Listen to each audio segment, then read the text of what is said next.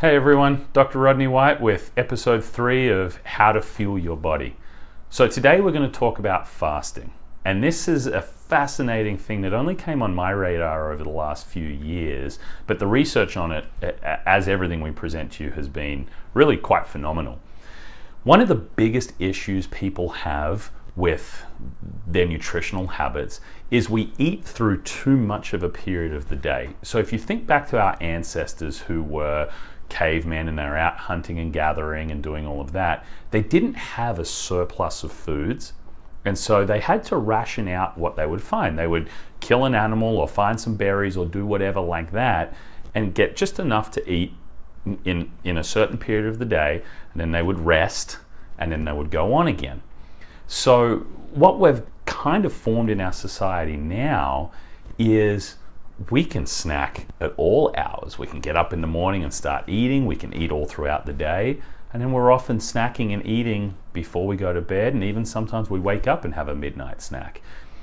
And the damage that does on the body is really quite profound.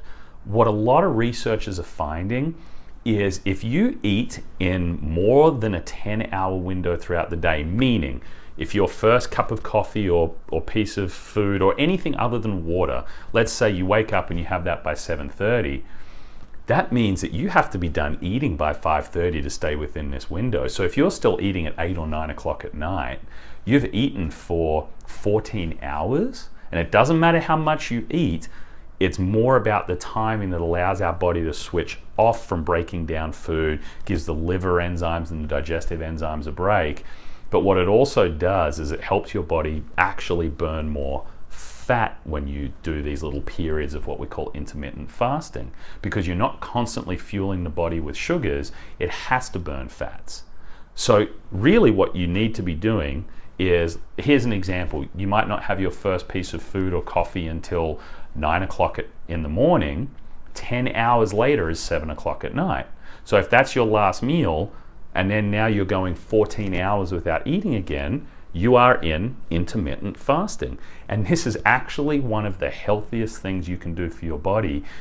And even if your diet isn't very great, if you do these periods where you're only eating in an 8 to 10 hour window a day, your muscles get stronger. Even if you're not working out, your body does a much better job at dealing with all the toxic poisons that you might be getting in if you are eating some bad foods or anything like that.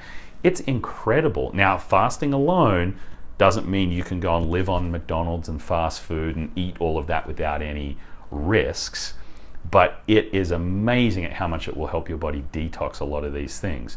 You start to feel better, you sleep better, you actually even start to get more energy when your body gets used to it. And we're going to talk about exercising while you're in a period of fasting in the next couple of weeks. But just know that it makes a profound improvement on your muscle strength and endurance.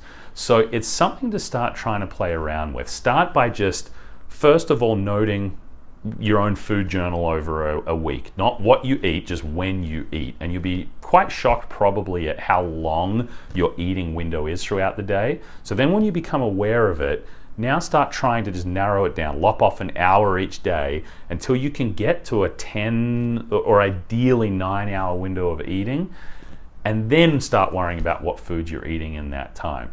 But please try it. Give us some feedback when you do and let us know how it's working, how you're feeling. It's a little hard at first. You might go through some periods of a lot of hunger pangs and feeling a little weak, but that's then just a sign that you're not getting enough fats and eating too much sugar and carbs. That's another issue that we're going to deal with over the next couple of weeks as well. So share this content, try some intermittent fasting and see how you go. Give us some feedback, and as always, have a great week.